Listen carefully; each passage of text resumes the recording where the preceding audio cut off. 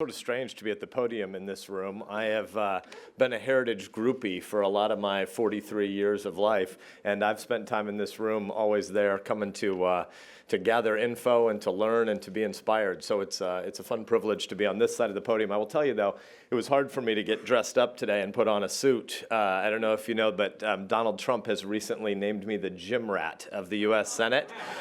And thank you. I view this as high praise. I mean, if you want to go after me, there are a whole bunch of things you could legitimately go after me for. I mean, just talk to my wife and she'll make the list. I have terrible teeth and, you know, there's sort of issue after issue you could name. But as the child of a football and wrestling coach, being called gym rat, I'm going to own that completely. So the only downside is now pretty much whenever I go anywhere, I have to choose, can I wear Husker gear here or do I have to wear a suit? And my preference is always to wear Husker garb. But today I thought for this august assembly, I would need to do something different. So I would like to give a slightly different kind of speech. I think we've slotted about 40 minutes together, and I want to leave a good portion of that for question and answer. And so I'm going to tell you in advance, you're going to maybe hear the beginning and the middle, but I don't think the end of a speech, because I'd rather let us evolve into question and answer and let you guide us. But let's say this up front.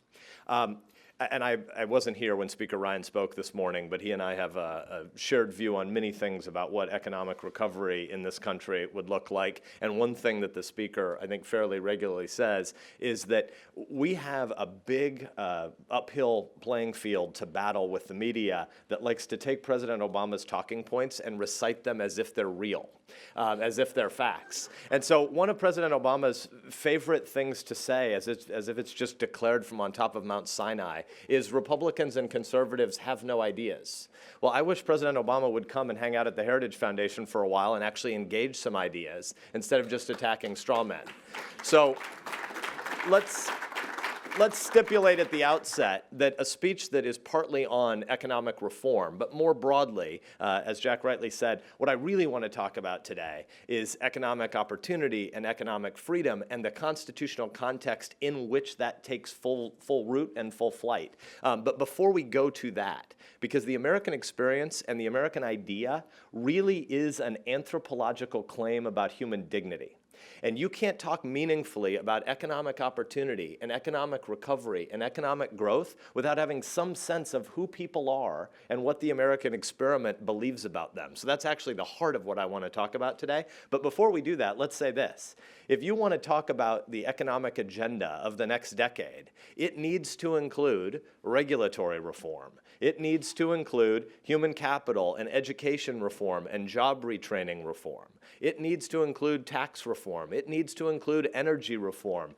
It needs to include immigration reform. It needs to include health reform. There's almost not an issue that you can think about that human people, as they head to the economic marketplace, and the government, as it operates, too often getting in the way of those who would actually create more flourishing and more economic opportunity for the 320 million Americans that we're privileged to serve, either me now in a formal capacity for a time, or many folks that labor in this building in a scholarly kind of way, trying to help our neighbors. There's almost no area of human activity where there isn't a reform agenda that some ideas have already been outlined on. So let's just set the context and say it is a false claim when President Obama says there aren't conservative and there aren't Republican ideas. I'm not going to give you that full litany, but I could talk regulatory reform all day. So they gave me 40 minutes, not 4 hours. But if I had 4 hours, I'd love to tell you the story of a rancher in Nebraska who told me when I was on the campaign trail, I've never been in politics before, and my wife and I have 3 little kids, and when we decided to do this, we're worried about the future of the country. We're leaving our kids and grandkids, and I thought I might not be electable because I believe in crazy things like entitlement reform that the electorate supposedly has no will for until you go and talk to them, and they cheer you for telling the truth about the fact that Washington is bankrupting their kids and grandkids. And so at my house, we bought a bus, and we went out and lived on the campaign trail for 6 16 months, and I did right around 1,000 events over the course of 16 months. And as you travel Nebraska, the idea that regulatory reform is some sort of abstraction for economic nerds or for folks who live in the upper 1% of the income bracket in America, please, any journalists who believe that, come ride the bus with me and go visit farms and ranches across Nebraska, because there's not a place where regulatory reform doesn't come up among those that are making $35 and $40 and $45 and $50,000 a year trying to feed the world. Nebraska, you know us for football. And for a long time, it was a great thing to know us for as the top of football. We've been going through a rough 14 or 15-year patch here, but we'll be back. I would like to note that today is National Signing Day, and so I feel like it's the first day of baseball. And I want to go and hug every 18-year-old across America who's making the right choice to come to Lincoln for his next 4 years. But you know us for football, and you know us for corn. You know us for a work ethic, but Nebraska is also the largest cattle state in the union. And so as I was traveling our state on my campaign bus, and I would meet ranchers, I remember a guy standing there just pained. The 76% current number of the level, the portion of Americans that believe that Washington is corrupt is currently at 76%. What does that mean? It's tragic in a democratic republic. And I was talking to this guy, and he is pained about the regulatory environment, the rule of experts that he's supposed to navigate. And he's walking me through how the waters of the U.S. rule will affect his operation. And the idea that there is any bureaucrat in this city that cares more about stewarding the environment, that cares more about the water that this guy is providing his livelihood to his family for, that he feeds his kids out of a well on his property, and that we regulate effectively at the state and local level. This is not water is not a thing that requires no regulation. It clearly requires regulation. The fact of the question before us, though, should be which level of government does which regulation? And this guy is sitting there aching about the fact that dry ditches on his property are now going to be subject to the Waters of the U.S. rule, which falls under a statute, the Clean Water Act of the 1970s, that when it was passed and in the letter of the statute, clearly distinguishes between inter- and intrastate issues. The reason it got 98, 99% support in the 1970s when it was passed is precisely because it was to deal with the real interstate issues that are in fact a national issue. Right? If you have a factory in Illinois that is polluting and causing acid rain and turning buildings green in Pennsylvania, that requires a federal response because it is an interstate issue. But intrastate regulation of water should be done inside the state. And this guy looked at me and he was aching. And finally he just said, you know, I've been racking my brain about this for over a year. And no matter how hard I try, I can't remember who I voted for at the EPA. It's funny, but it's more than funny. It's tragic. Because the reality is we have three separate but equal branches of government that are supposed to check and balance one another. And in our system, that guy and we the people are supposed to be the boss. And there are hard choices that need to be netted out at life in many places. And so there are places where government has to act and not everybody's going to love it. But ultimately, the authority in our system is supposed to reside with the people. And so if the people conclude that that priorities aren't done right and trade-offs aren't netted out properly, the people are supposed to be able to fire someone. And that someone is the 435 House and 100 senators, 535, but 435 of whom are accountable to the people every 2 years. He's supposed to be able to, by his vote, exercise sovereignty in this system and explain to whom, and explain what he's satisfied with and what he's not satisfied with in his government. And we don't have a system where he can fire anybody right now because the rule of experts is insulated from democracy. And I submit to all those who are in favor of the Waters of the U.S. rule, great, go and introduce it in the Congress and see if it can pass. And if the Waters of the U.S. rule can't pass, then something is wrong. And we believe in a system of the rule of law. So that's just the set aside. So that's not what I actually want to talk about today, but I want to say on regulatory reform and tax reform and energy reform and education and human capital reform and immigration reform and labor standards reform, there is a lot that needs to be done in this city to fix what is broken and to get government out of places where it has caused the brokenness. But today what I actually want to talk about is something slightly different. I want to talk about why on a day or in a week when the Index of Economic Freedom is being released by Heritage, a really important piece of work that's done here and been done here for quite some time, why there is good news and there is bad news for us to reflect upon. And both of those, the international number, which is good news, and the domestic number, which is bad news, need to be put in a slightly broader context about the dignity of people and the nature of the American experiment. So first, the good news. The index is showing that overall, of the 178 countries that are rated, there is a slight uptick in the average level of economic freedom across the globe. And that is a good thing for people who are created by God with dignity. When Heritage had a report a few years ago, if you try to open a bakery in Egypt, it takes 500 days of permitting and waiting to figure out if those in power will allow you to open your bakery. That is a tragedy. And that doesn't comport with the dignity of people as they were created. And Heritage is doing a great thing to shine a spotlight on that, and we should be delighted. We should celebrate the fact that of those 178 countries that are being rated, there is a slight uptick in the level of economic freedom across this globe. Unfortunately, at home, the US has fallen in the most recent ranking from 5th to 11th. Estonia, Chile, Canada, Ireland, and the UK have all moved ahead of the US. The economic opportunity and liberty of this nation, which should be the great shining beacon on a hill, has declined from 5th to 11th place. And we should do some real hard soul searching as to why that is. And I'm going to submit to you, this is not an exhaustive list, but I'm going to submit to you there are at least 4 things, 4 theses, 4 bad ideas that are regularly articulated in this city, and not all of them just by liberal Democrats. There are 4 bad ideas that we should be able to articulate and diagnose and ultimately persuade people that we need to reform. So I want to name these 4, kind of lightning round, then I'll unpack them a little bit more, and then we'll go to questions, and I won't pretend to put a bow tie on this. I'll let you do that in our question and answer. But if we're going to talk about economic opportunity, obviously one of the first things you think about is rhetoric around the economy itself.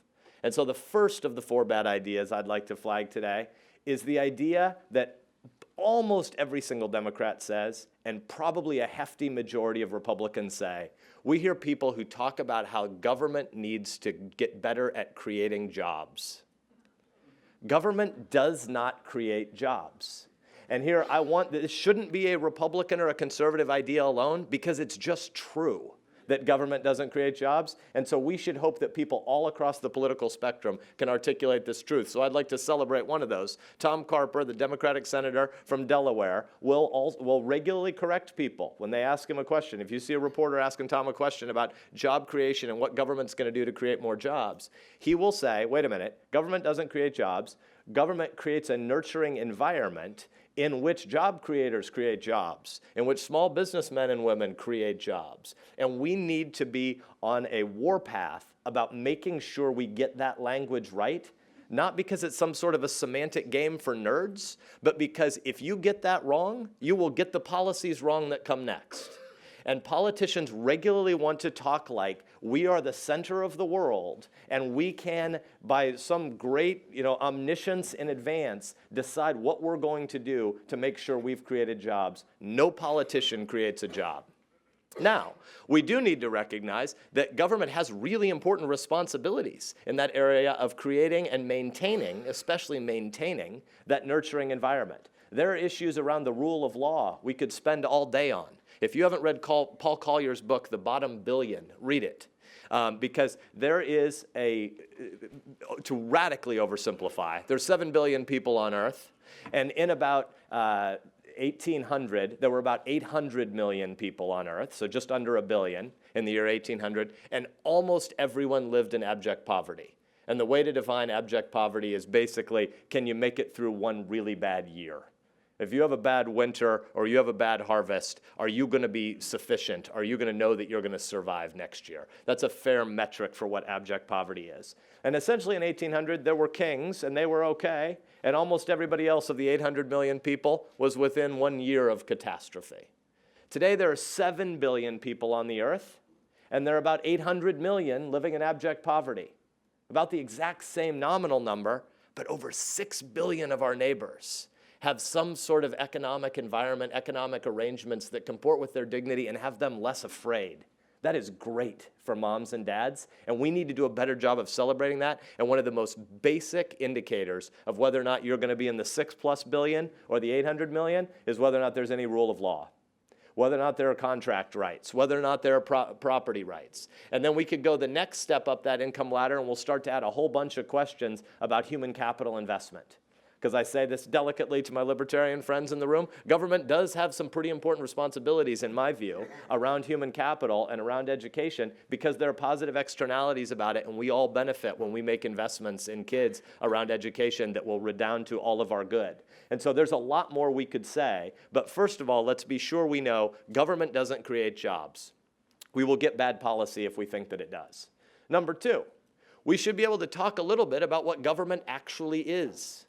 And what government isn't is what Barney Frank said a few years ago in his shorthand definition that then the DNC decided to run in President Obama's reelection. I don't know if it was on paid TV advertising, but the DNC ran it on a lot of viral web videos.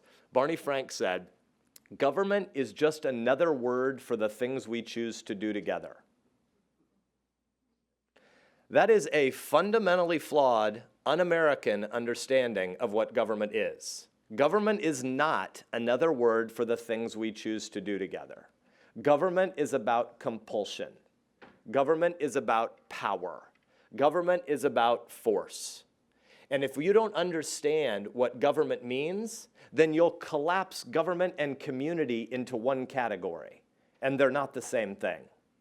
Government has a useful role to provide, to undertake to make sure we have a framework for ordered liberty so that we can see full human flourishing in our communities. But government is not synonymous with community.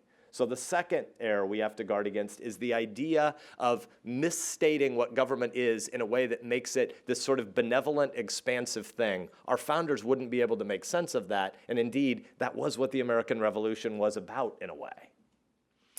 Number three, we need to recognize, and this is an error that's often made on the conservative side of the aisle, almost as often as the liberal side of the aisle, and that is thinking that one election can solve everything, thinking that politics can fix everything. Politicians on the right as well as the left have a radically overinflated sense of their importance.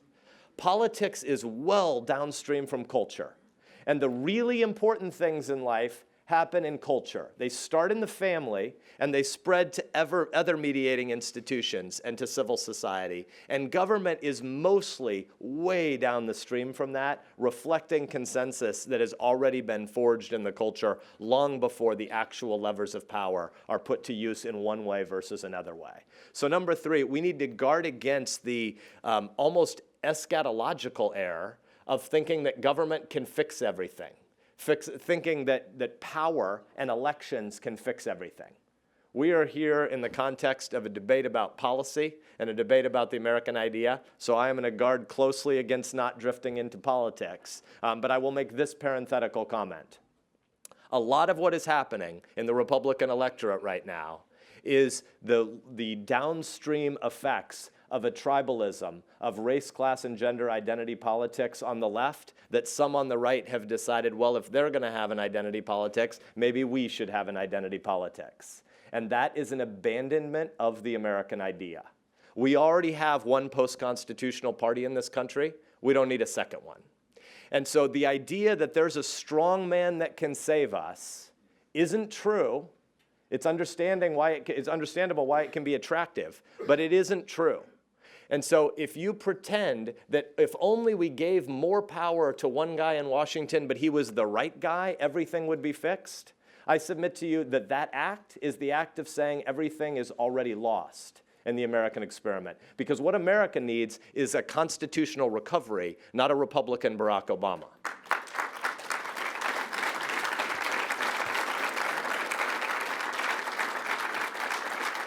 And fourth and finally, and I'm gonna leave to this one to last, precisely because I told you I was gonna bail and go to questions when I go through this in a little more detail. I don't want to linger on this one long because here I'll expose some fissures in our own community and in the conservative policy community. But I think it is really important for us to get better at distinguishing between limited government and small government. I am a vigorous advocate for both of them, limited government and small government. But the distinction between small and medium-sized government is not un-American. The abandonment of limited government is un-American. And so you should, even if you're like me, in vibrantly, vitally, vigorously embracing both of these propositions, limited government and small government, you still have an obligation to rank order them properly. And limited government is more important than the debates we will have about small government. The American political continuum can be framed up lots of ways, but one of them is a small to medium-sized debate between Republicans and Democrats about how much government intervention there should be in the economy. And we should have big fights about things like raising the minimum wage to $15 an hour, because I think it's a really bad idea. I think it will help a small number of people. Some studies would show that about 11% of those currently on minimum wage would benefit substantially from it. But what I think it will do more fundamentally is take away rungs on the ladders of opportunity for lots and lots of folks in our country, particularly the young and those in impoverished communities. And so I think raising the minimum wage is destructive, not beneficial, but the people who want to fight for that are doing it for noble reasons, and they're doing it within an American conversation. And we should acknowledge that. That is a different thing than the constitutional crisis we face right now about the evaporation of a shared cultural sense of why we have limited government. And that's really what I want to talk about today. Because limited government is the heart of the American idea. America is about limited government. America is about a constitutional republic. America is about human dignity. The beating heart of the American experiment is the First Amendment. It is freedom of speech, freedom of religion, freedom of the press, freedom of assembly, and, pardon me, right of redress of grievances sort of means that lobbyists have a legitimate calling on earth as well. But those are the 5 freedoms of the First Amendment. And so I say to you, what's more important, freedom of speech or freedom of religion? It's an asinine question. This is a cluster of freedoms that don't make sense unless you understand the larger animating purpose of the Constitution. The American experience, the American experiment is extraordinary. And we are unbelievably blessed to be living in this time, in this place. We should tell our kids and grandkids what an extraordinary gift it is that you've been able to be born here or that you were able to migrate here. This is the world's first creedal nation. America is the most exceptional country that's ever existed because the U.S. Constitution is the best political document that's ever been written.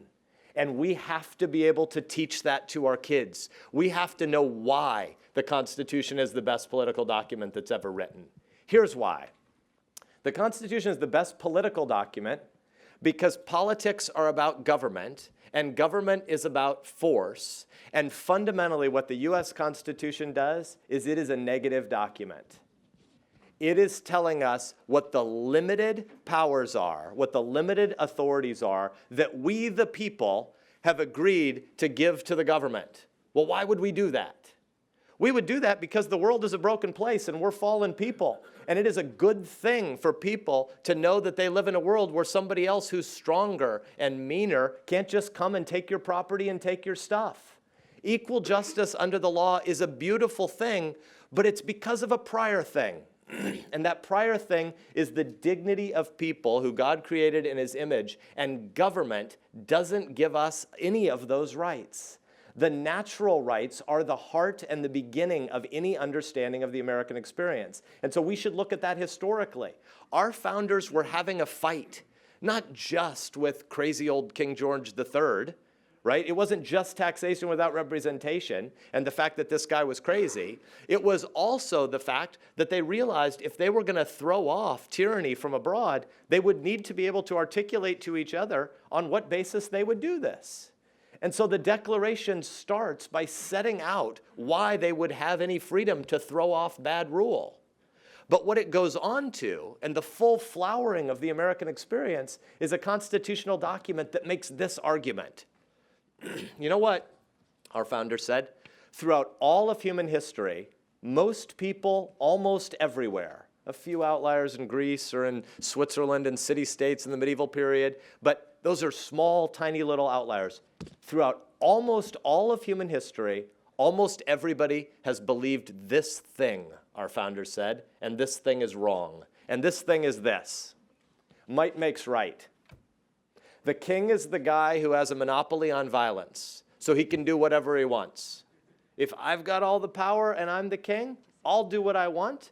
And your assumption should be, I'm going to prohibit you from doing anything. And so your passive assumption is prohibition. You don't have the freedom to do something unless some government gives you a right.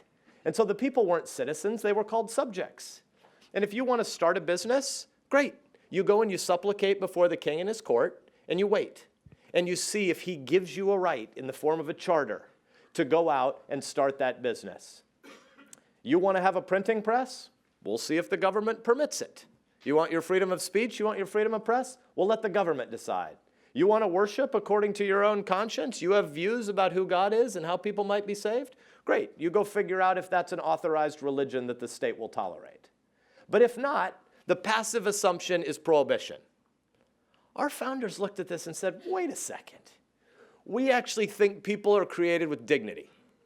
And people who are created with dignity have rights from God via nature. That's where their rights come from. And government is a secular tool. Government is our shared project to secure those rights. Government is not the author or source of our rights. And so our founders said, in this place, we're going to flip the picture that people have had in their mind throughout almost all of human history. Envision a big wall map that you'd use to teach your kids or grandkids, and you got an island in the middle, and you got a huge ocean. What used to be the case is government was the ocean, and the freedoms of the individual were the island. If the government decreed that you get a right, good, you get that right. Until we talk about anything else, assume it's underwater, government lives there. Our founder said, no, the picture is the exact opposite. The ocean is the dignity of individuals. And those individuals can do whatever they want, except the limited number of things that get prohibited, because we, the people, gave the government, through our representatives, authority to go be that little island and decree certain laws for the common good.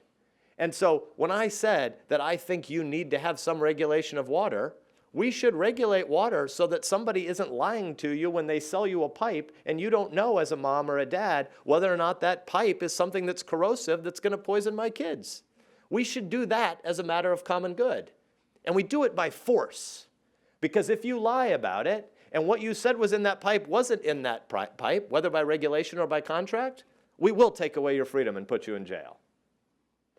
But that is a different thing than assuming the government has passive authority over everything.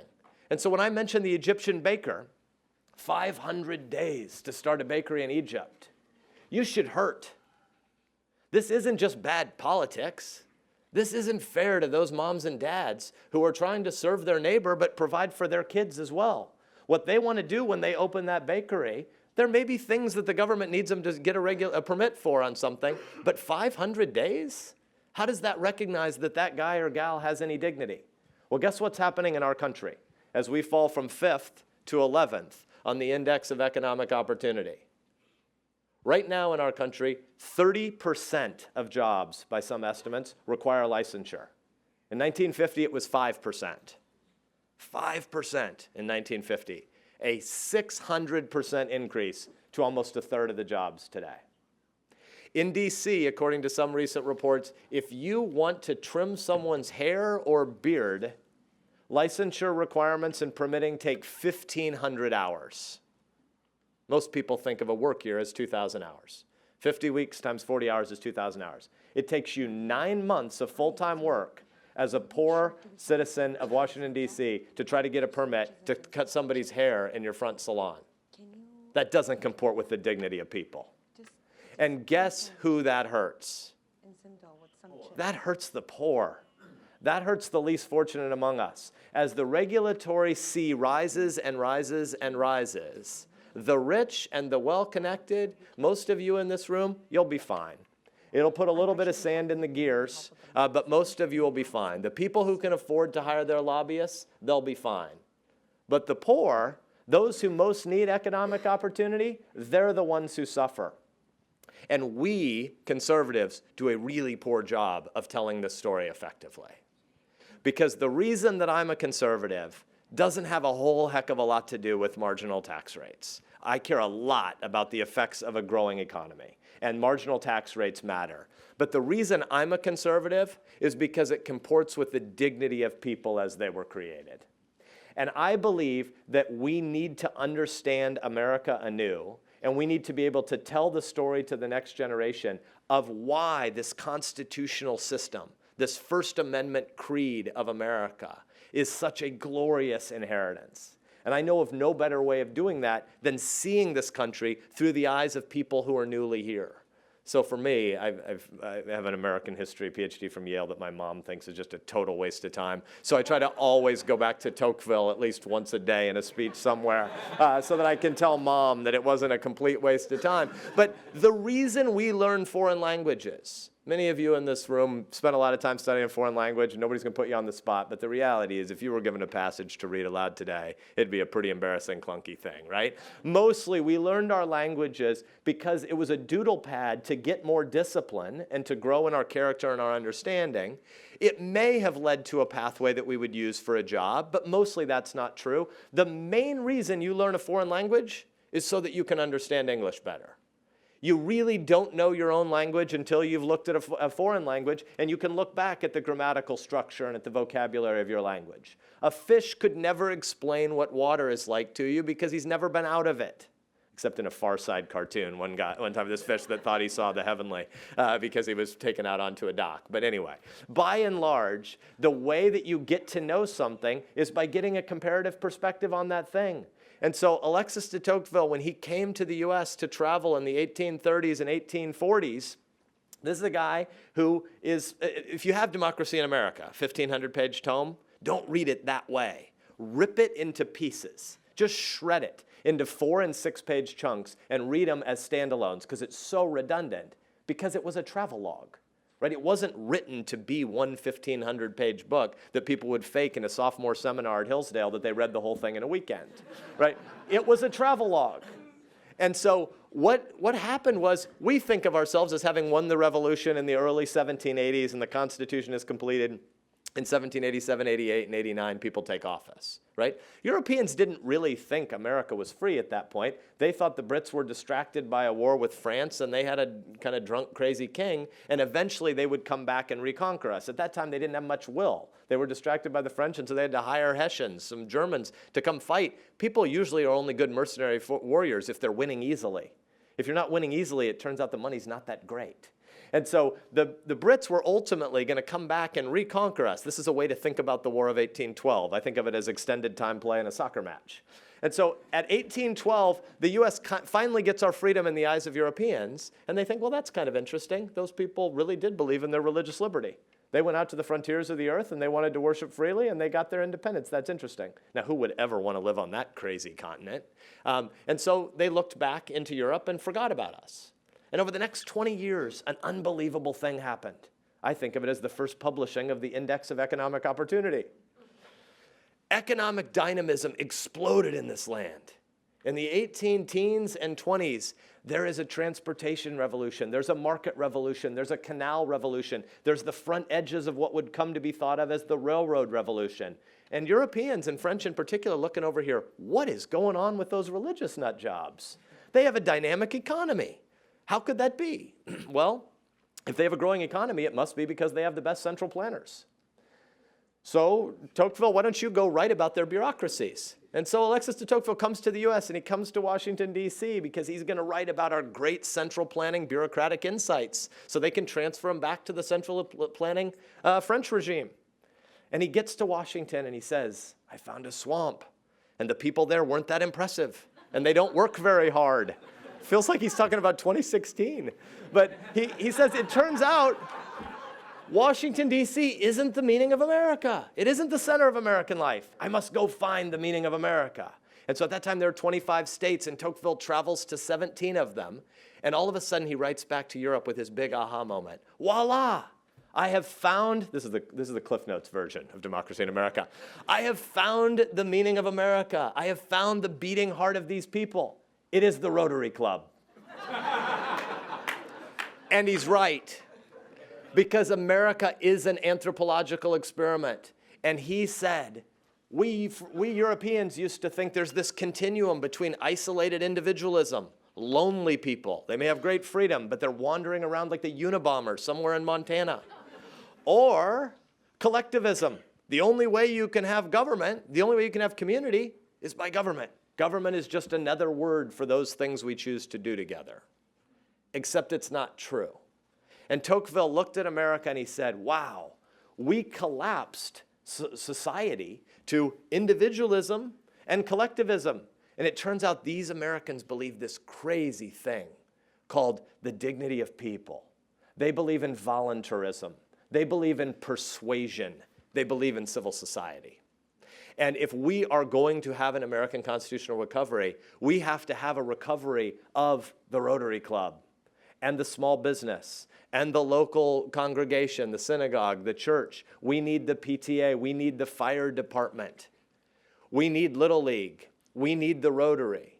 Because civil society is where humans reach their full potential. Government is about helping secure freedom from lots of bad stuff in the world. Government will never bring you to freedom to. That is your neighbor. That is your spouse. And so I want to stop here by flagging something that Charles Murray articulates so effectively. Charles Murray talks about that when you, and Arthur Brooks obviously does this as well too, looks deep in the literature, what makes people happy? It turns out it's not that complicated a question. We could have a debate about DNA. There's a little bit to talk about people who are happier and not by just how they're born, and it runs in the family. But more fundamentally, there are really only 4 things that make people happy. Whether or not you have any kind of coherent theological framework, whether or not you have a worldview that makes any sense of suffering and death. Number 2, whether or not you have a family. Number 3, whether or not you have community. And if you really distill community down, it means, do you have a couple of friends? Are there 1 or 2 people besides your family that you share pain with and that you share joy with? When you ache, do you know they ache with you? When they're happy, does it make you happier? Those are really important. Theology, family, friends. But you know what the biggest input is in whether or not you're happy? If you look at the literature, the single biggest factor that determines whether or not people are happy is whether or not they have any work that they think is meaningful. And if you have a life where you're not doing meaningful work, turns out you're not very happy, because we were made to work. We were made to have other people benefit from our efforts. We were made for reciprocity and trade and exchange inside lots of rich and vibrant human communities. And those communities are not formed by compulsion and force.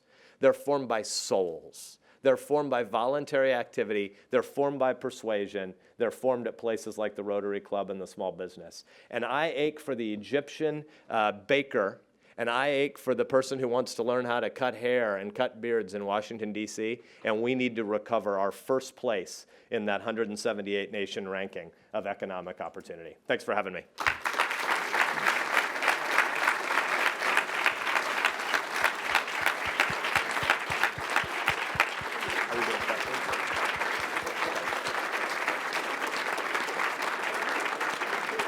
Thank you. Jack, are you calling on people? I'll call on okay. them. Senator, if you're not careful, you just might have a future in this town. So, we have time for a couple of questions. I'd ask for you to give us your name and wait for the microphone. Let's start right here, sir. So I'm Bill Walters, and I'm a 40-year Rotarian. But I want to bring you a new perspective on the Constitution. Please. We had a speaker at the National Presbyterian Church last fall who was a Muslim. And he stated that the U.S. Constitution is the single best example of Sharia law on this planet.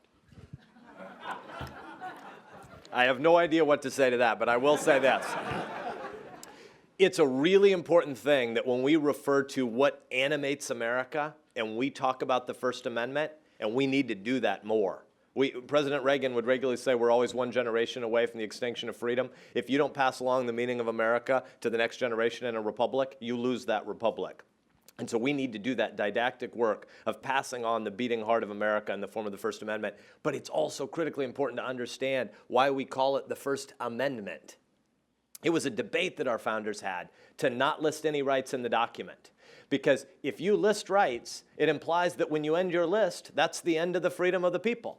And so all you would be doing then is flipping your ocean back over and saying the people will get a few more rights so they can get a few more islands. But government is still the passive assumption, and it is the ocean. And so our founders said, no, we're not listing any rights inside the document proper, because all the document is, all the Constitution is us giving the government limited authorities. And then in the amendments, we say, well, let's just go ahead and list the most important ones first. And they couldn't do it. They had to list a whole cluster. It's a laundry list in the First Amendment because they didn't want to list anything just first. And then, oh, by the way, the 9th and 10th Amendment, that's to just clarify yet again, this isn't an end to a list. The 9th and 10th Amendment are any rights not listed here are still the people's rights, and any powers not given to the government in this document are powers that would only be retained by the states and the locals. So I don't know what he's talking about. Let's go right here for our last question. I'm sorry I got here late, so you're the only speaker I've heard, but you were worth the trip. Well, thanks. I also want to say I can see why you were elected. My one thing that you said, that the government does not create jobs, I have begged to differ with you. Just look at the IRS. Just look at the jobs the government has created. Look who I want to know about these regulatory people. Who hired them? Yeah. And the other question I have is, what would it take to have some of these laws that a lot of the people have never read, who voted for them, to be repealed? And I really think it's a strange thing that you can be an elected official and vote for something that you haven't ever read, like the Unaffordable Care Act. Yeah, thank you. I will close by saying two things. The first is I was obviously speaking of the net number on job creation. When we talk about 76% of Americans feeling like this city's corrupt, it isn't that most politicians are walking around taking bribes. What people mean when they say Washington's corrupt is that the priorities of this city are about an establishment of Washington, D.C., where the powers of this place are maintained and extended above all else. And whether or not it's good for the country isn't the primary concern. The primary concern of most elected officials in Washington, D.C. is their own incumbency. And so Washington largely exists to promulgate a system, not to act as servant leaders to make sure that there is great economic opportunity for the least fortunate among us. And so when you look at Washington right now, 6 of the 10 richest counties in America are suburbs of Washington, D.C. A river of money flows to this place. Job creation is happening here, but at a net negative consequence for the nation as a whole. I think that I am basically getting the hook. So there's a lot more I'd like to talk about, but let me just close by saying thank you for the invitation and thank you for your investment in this cause. It really is a great thing, not just for America, to have the spotlight shown upon us that we've dropped from 5th to 11th, but to look at other nations and how the rule of law can be extended, because the American exceptionalism that we all believe in this room is not a Greek exceptionalism or the British conception of a British exceptionalism. It is a claim about human dignity that we would like to see extended everywhere on the globe. And so to the degree people understand what human dignity requires, and that Egyptian baker shouldn't wait his 500 days if he's ever even given his permit, this report and this week and a lot of the work of Heritage is really important.